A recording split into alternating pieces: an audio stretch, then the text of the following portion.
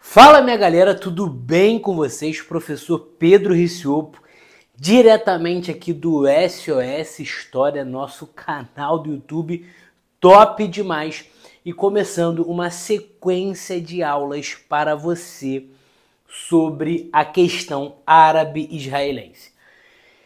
E antes de mais nada, eu preciso que você se inscreva no canal, ativa o sininho, curte esse vídeo para ajudar a gente a crescer cada vez mais. Então, ó, se inscreve aqui no canal, ativa o sininho, curte esse vídeo. Essa é a primeira aula de uma sequência de aulas que nós vamos ter sobre a questão árabe-israelense. Galera, essa aula ela vai ser uma dinâmica um pouco diferente, tá? Do que você que acompanha o meu canal está acostumado a assistir. Eu sei que tem muita gente que vai assistir esse vídeo que não acompanha o meu canal, que está vindo aqui por indicações e tal, dessas aulas aqui, para entender a origem desse conflito, se você está assistindo esse vídeo agora, né? Primeiro, como é que tá o som aí para vocês, gente? Tá ok? Tá ok o som? Imagem tá bacana também? Tá dando pra ver? Comenta aí se tá dando pra ver, se o som tá legal. Comenta aqui pra gente dar uma olhada. Tá bacana? Tá show? Comenta aqui. Comenta aqui pra ajudar a gente, tá? Comenta aqui. Então assim, essa sequência de aulas vai ser uma sequência de aula um pouco diferente. Eu montei um quadro aqui para ficar mais pedagógico, né, para ficar mais fácil você entender, mas vai ser uma aula de certa forma um pouco mais densa do que a gente tem aqui no canal, tá? As aulas aqui, não que as aulas sejam superficiais, nada disso, mas porque as aulas têm muita brincadeira, tem dança, né? Eu boto música e hoje não vai ter isso, não vai ter dança, não vai ter música, tá? Até porque, gente, eu tô explicando todo esse contexto aqui da questão árabe-israelense por conta de uma questão que está rolando ali na região de Israel, Palestina, né? Esses conflitos, muitas mortes, então acho que nem cabe, né? Dancinha, música nesse momento, acho que ficaria minimamente indevido. Só que eu vou sair aqui do quadro rapidinho, quem já conhece sabe, se você quiser pausar, copiar essas informações, às vezes é bacana, né? Você quer mais informação, você quer copiar. Se você. Eu acredito que vai ter de tudo aqui, né? Vai ter gente curiosa, vai ter gente que veio por indicação, vai ter gente que está estudando para concurso, para um vestibular da vida e quer aprender mais sobre esses conflitos aqui na região ali do Oriente Médio, na região da Palestina especificamente, enfim. Então eu vou sair aqui do quadro rapidinho, só vou sair, você pausa, se você quiser, copia e vamos para cima para esse conteúdo top demais, beleza? Sai aqui do quadro, pausa, copia, pega sua água aí, pega sua água, pega seu café, que o conteúdo vai ser denso, tá? Vai ser denso, denso mesmo. Inclusive, assim, já até de antemão vou te falar, o conteúdo vai ser tão denso que eu tô com o meu tabletzinho aqui, ó, e qualquer coisa eu vou, né, pedir aqui os recursos, a ajuda dos universitários.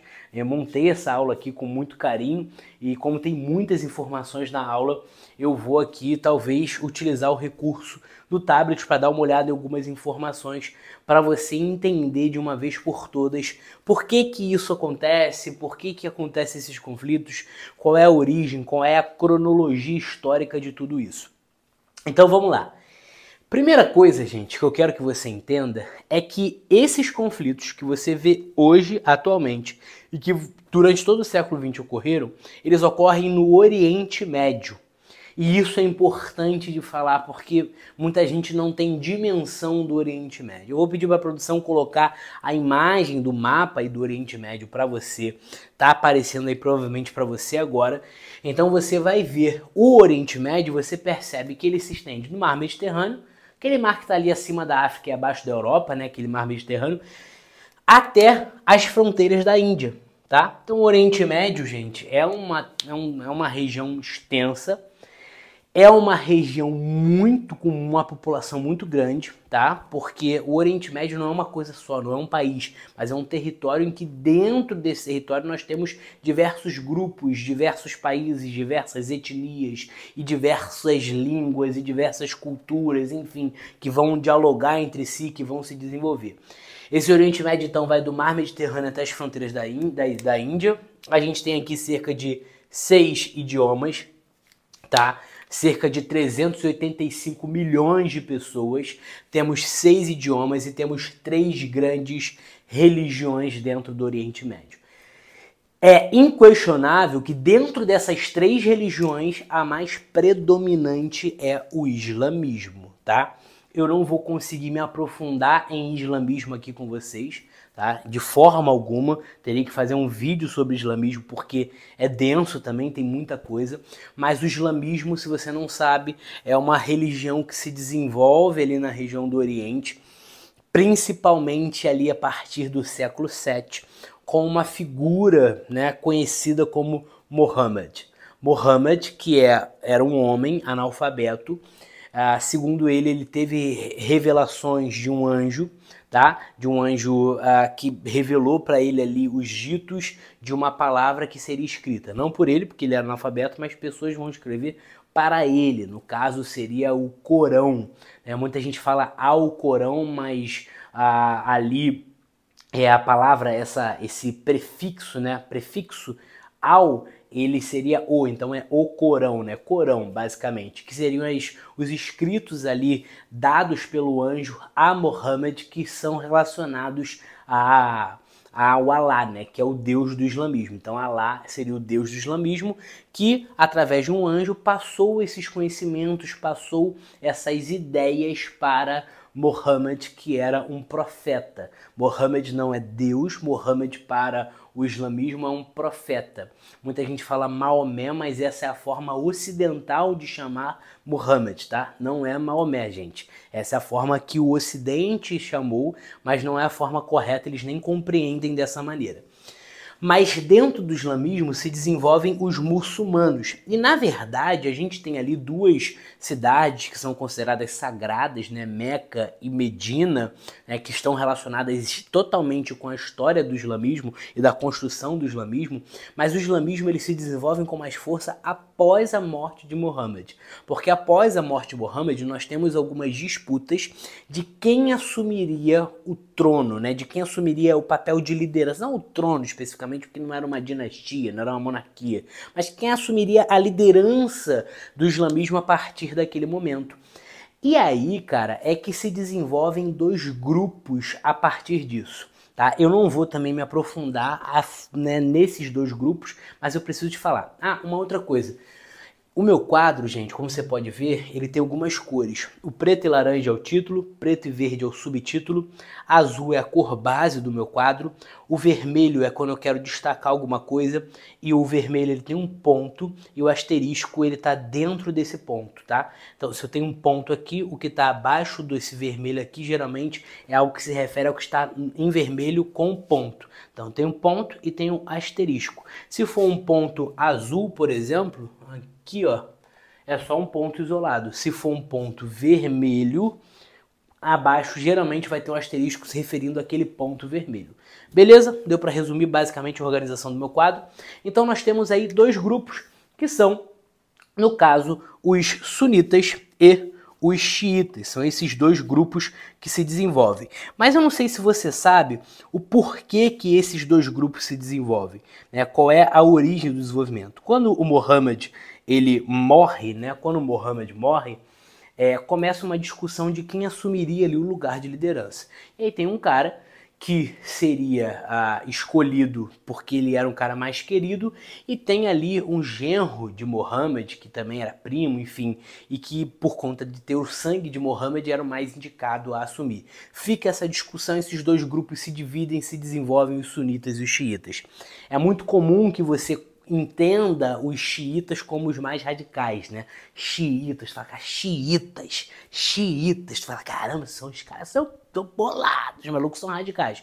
Mas, gente, não dá pra gente colocar esses dois grupos em uma balança, moderados e radicais. Isso não existe, tá? A maior parte dos muçulmanos são sunitas, tá? A gente tem os sunitas e os sunitas são a maioria. Hoje a gente calcula ali que 89 a 90% são sunitas. Os xiitas são minoria e geralmente são parte da população mais empobrecida. Mas por que eu falo que não dá para colocar como radicais e como os moderados? Porque eu tenho radicais dentro dos xiitas, e esse radicalismo dos xiitas se desenvolve muito a partir da Revolução Iraniana de 1979, com Ayatollah Khomeini, enfim. Mas aí já é outro assunto, já é outro vídeo, já é outro tema que a gente teria que puxar e não vou falar aqui. Os sunitas, eles também têm, por exemplo, Osama Bin Laden, Saddam Hussein, eram sunitas e são radicais também. Enfim, então não tem como a gente determinar como radicais e moderados. Tem grupos radicais dentro dos sunitas, tem grupos radicais dentro dos xiitas, tem moderados, enfim. Esses dois grupos se dividem e a maior parte, como eu falei, são sunitas. Beleza, professor, mas qual é a ideia aqui que essa questão árabe-israelense? Cadê Israel? Cadê tudo? Vamos lá, eu vou chegar lá e eu quero que você entenda o contexto como um todo.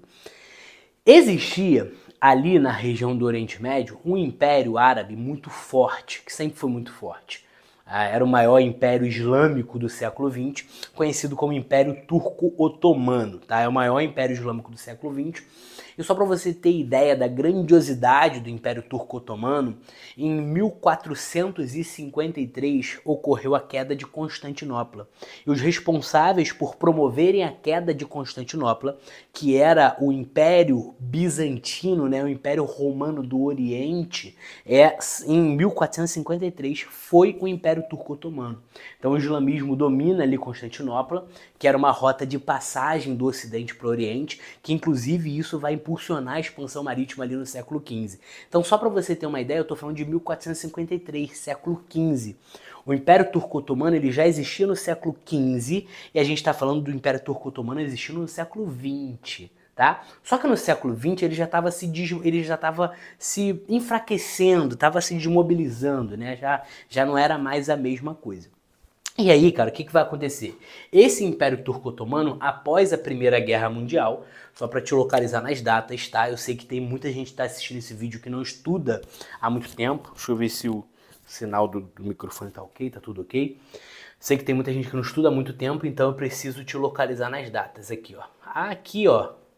1918 acaba a Primeira Guerra Mundial. Cara, quando acaba a Primeira Guerra Mundial, o Império Turco-Otomano ele ficou do lado que perdeu a Primeira Guerra, né? A gente tem dois lados, a Tríplice Aliança, a Tríplice Entente, e a Tríplice Entente perde a Primeira Guerra Mundial. Alemanha, Tratado de Versalhes, tudo mais, enfim. O Império Turco-Otomano, como o império que foi derrotado, ele vai ser desmembrado. Através de um tratado, né, esse desmembramento ele ocorre principalmente ali através de um acordo, inclusive, que é feito no Tratado de Sèvres. O Tratado de Sèvres ele desmembra o Império Turco-Otomano, mas principalmente faz meio que um acordo de paz entre os aliados, Inglaterra e França, tá? Só para você se localizar, a Tríplice Aliança ela tem ali Inglaterra e França como os países predominantes, faz um acordo de paz entre a Tríplice Aliança, os aliados e o Império Turco-Otomano que vai ser desmembrado, gente. Desmembrado é dividido, o território vai ser dividido. E através desse território do Império Turco-Otomano, que é esse grande território, se formam diversos países, como a Arábia Saudita, Iêmen, se formam através desse país aí, desse império chamado de Turco-Otomano. E aí o que vai acontecer? Existe um tratado, através de uma conferência chamada de Sanremo, ali em abril, se eu não me engano, de 1920, que cria um sistema de mandatos. Pedro, o que seria o sistema de mandatos? O sistema de mandatos entra num acordo de que esse desmembramento do Império Turco-Otomano ele aconteceria, mas esses novos países que estão surgindo através do desmembramento do Império Turco-Otomano, eles ficariam submissos, eles ficariam ligados aos países europeus que estavam comandando a geopolítica internacional naquele momento. E aí o que é muito louco e muito interessante é que a gente vai falar muito de Inglaterra aqui. A Inglaterra sendo aqui a protagonista nas relações geopolíticas.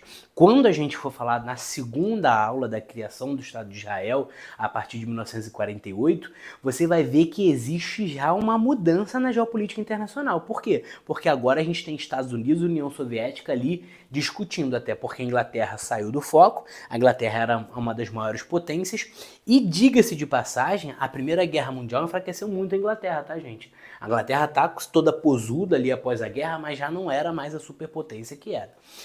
Esse sistema de mandatos, então, basicamente define a divisão, né, dos territórios e esses territórios sendo submissos, submetidos a ali os países europeus. Deixa eu ver se está tudo ok com a imagem, tá? Tudo ok, tudo certinho. E aí, gente, vocês estão me escutando bem?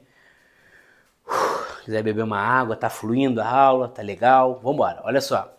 Essa divisão de territórios, ela divide o seguinte: A Inglaterra ficaria ali com o domínio, ficaria ali controlando o Iraque e a região da Palestina. Vou colocar no mapa aí para vocês, Iraque e Palestina, tá? Iraque e Palestina ficariam, né, sob domínio da Inglaterra. E aí você entende o porquê que o território de Israel ele vai ser fundado com o posicionamento positivo da Inglaterra. Por quê? Porque a região da Palestina, em que moravam ali os muçulmanos, os palestinos, né, de origem islâmica e tudo mais, era dominada pela Inglaterra. Então toda a região do Estado de Israel atual era a região da Palestina que tinha ali domínio inglês. Agora, a França ficaria com a Síria, dominando a Síria e o Líbano, gente. Isso é política, tá, gente? Isso é geopolítica internacional, isso é política, isso acontece muito. Eu preciso falar que essa aula aqui, gente, ela não vai ser, essa sequência de aula, não vai ser uma aula de muitas paixões, né?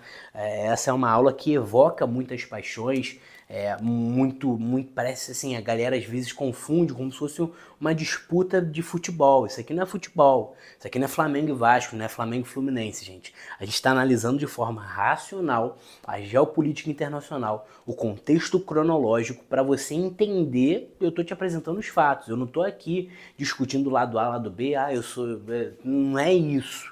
Tá? Por favor, e também a gente não está numa proposta aqui mística religiosa, é uma aula histórica falando sobre a geopolítica, tá? Desse contexto. Aí, beleza. No século XIX, volta um pouquinho, lá no século XIX, mais especificamente ali no final do século XIX, surge um movimento criado por um judeu austríaco chamado de sionismo. Aqui que começa a confusão. Por quê? Porque o sionismo, gente, é basicamente um movimento que defendia a necessidade de formar um Estado judeu. Beleza. Se eu te falar isso, formar um Estado judeu, você vai falar assim, beleza, pô, justo, os caras precisam de um Estado, os caras estavam espalhados pelo mundo, precisam de um Estado. Só que qual é o problema? É que o sionismo, ele defende o retorno a Sião, por isso o sionismo. Então seria o retorno à região da Palestina. Tá entendendo? Então, naquela região da Palestina, nós tínhamos ali mais de 600 mil pessoas, mais de 600 mil palestinos morando na região. E esse movimento sionista, criado pelo esse judeu austríaco Theodor Herzl, esqueça tudo, tá? Theodor Herzl. O Theodor Herzl, ele vai começar a defender a necessidade de formar um Estado judeu na região da Palestina. E o que ele alega para formar esse Estado judeu na região da Palestina? O que ele vai alegar, gente, é que a região da Palestina pertencia aos judeus, historicamente falando. E aí, esse apego, essa crença é um apego bíblico, né? Segundo ele, a região da Palestina era uma região que pertencia a Israel e era uma região que os judeus foram ali muitas das vezes reprimidos, de fato foram. A gente tem ali o cativeiro babilônico. Tem um vídeo sobre hebreus aqui, tá, gente? Sobre os hebreus, a história dos hebreus. Então, é o último vídeo do canal, se você quiser dar uma olhada. O cativeiro babilônico, invasão dos assírios, invasão dos macedônios, invasão dos romanos 70 depois de Cristo e a diáspora dos judeus ocorrendo com eles se espalhando pelo mundo. Então o que eles falam? Os judeus se espalharam pelo mundo, mas esse território é nosso como direito, é nosso de origem. Só que não é tão simples assim, né, gente? Não é tão preto no branco, não é falar assim, isso aí era nosso há muitos anos atrás, agora a gente quer de volta. Por muito tempo, uma civilização se estruturou ali e já moravam ali, e alegar aquele território como deles, isso obviamente poderia causar um conflito. Beleza. Rola um primeiro congresso sionista, ou seja, defendendo essa ideia de um Estado judeu na Palestina em 1897, na Suíça, na região da Basileia, e esses caras começam a buscar apoio internacional, tá? Começam a buscar apoio internacional.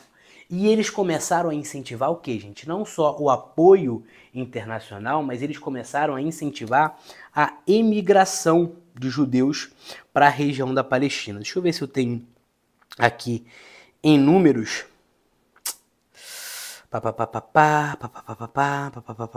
Não tenho em números aqui quanto judeus. Tá tudo certinho com a imagem aí, gente? Tudo ok? Bacana, beleza. Vem comigo aqui, vem na minha direção. Então esses caras começam a incentivar a imigração, falando assim, ó, gente, vamos embora, vamos para a região da Palestina, porque na crença do sionismo só era possível se estabelecer um Estado judeu na Palestina, se os judeus migrassem para lá. Então quem são esses judeus que estão migrando para a Palestina? Geralmente, majoritariamente, são judeus europeus que estão migrando para a região da Palestina. E aí qual é a confusão que começa a se dar nisso? Você vai entender. Mas antes, eu quero te dar a definição de um autor que ele fala sobre o sionismo, tá? E eu quero te dar a definição aqui. Deixa eu abrir aqui um livro que ele dá uma definição aqui específica sobre o sionismo, tá? Então eu vou pegar aqui a referência dele falando sobre o sionismo. Deixa eu jogar aqui para baixo. Fiquem tranquilos, tá? E aí, estão curtindo? Curte esse vídeo aí, se inscreve no canal. Ativa o sininho, gente. Ajuda a gente aí a crescer cada vez mais. Vambora. Tô achando aqui. Que é lá para baixo que tá aqui. Vamos lá. Olha só. Ó.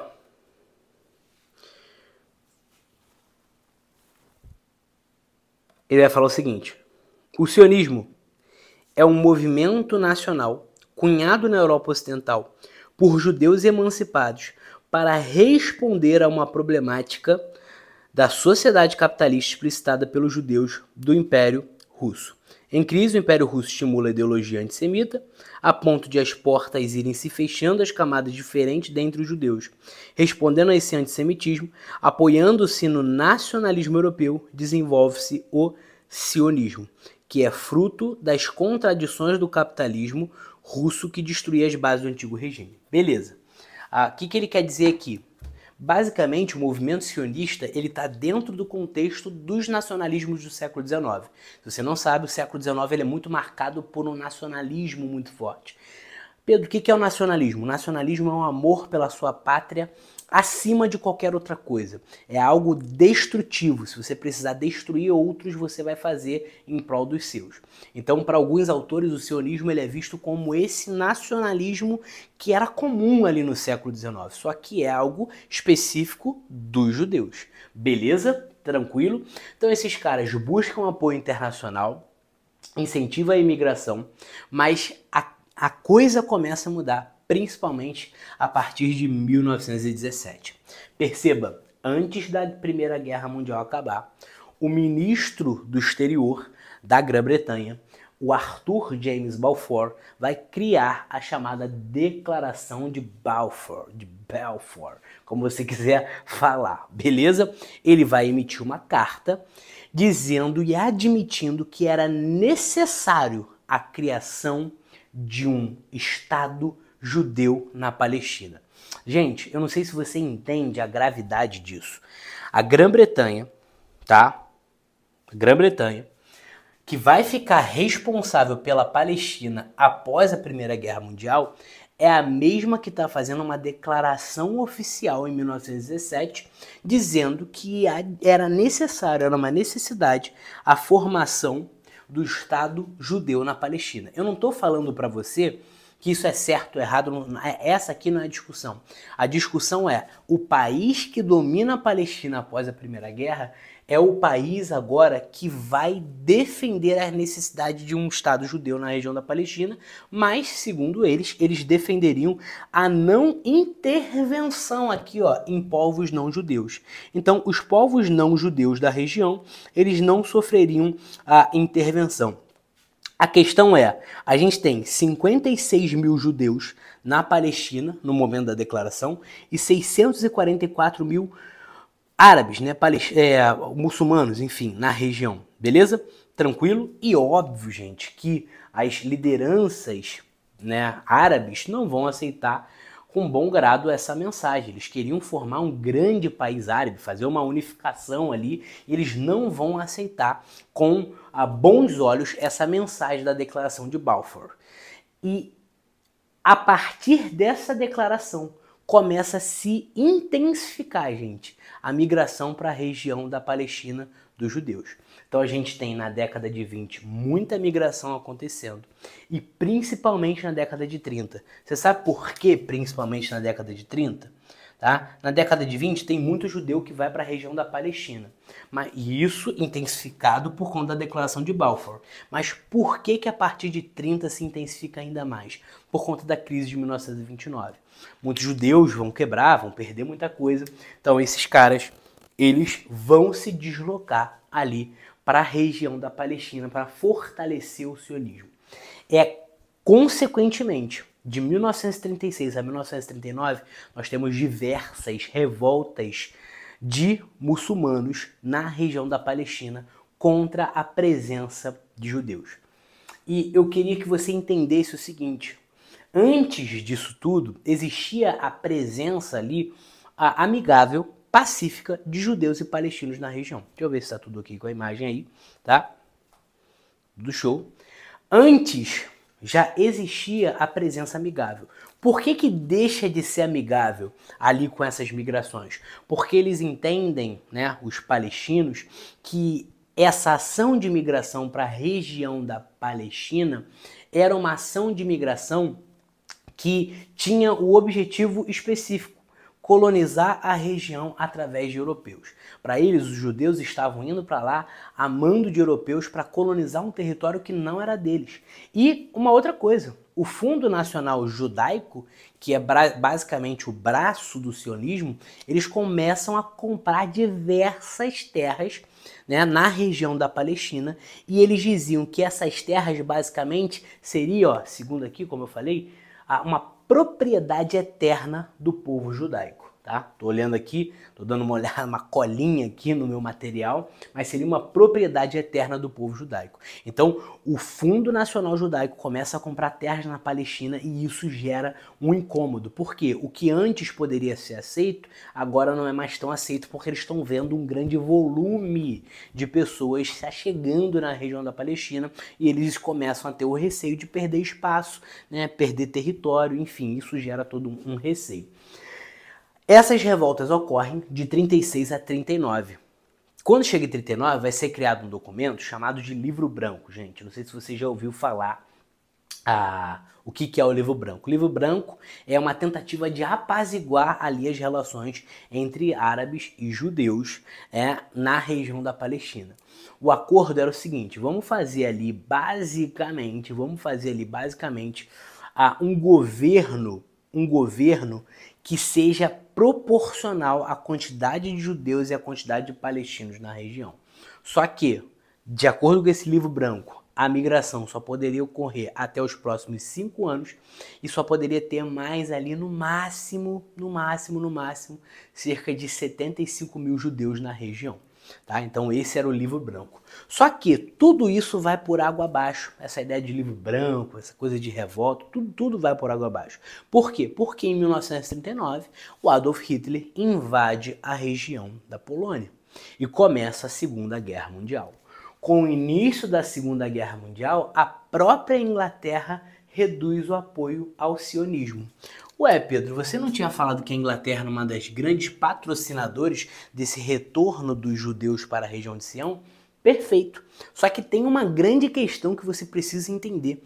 A Inglaterra, ela depende dos árabes para combater o nazismo ali na região do Oriente. Então ela vai deixar um pouco o apoio ao sionismo e começa a fazer uma forte aliança com árabes por conta desse apoio ao combate ao nazismo na região. E aí, gente, é o que vai surgir a partir daqui algumas milícias, algumas forças que, inclusive, como por exemplo a própria Haganá, que significa defesa em hebraico, Haganá significa defesa em hebraico, vai inclusive formar a FDI de Israel, né? São as bases para a formação da FDI de Israel. Mas o que vai ser formado aqui? Algumas milícias, como a Haganá, que aí, gente, obviamente, me desculpa aqui se eu estiver pronunciando errado, a Irgonsvai Leum, a Irgonsvai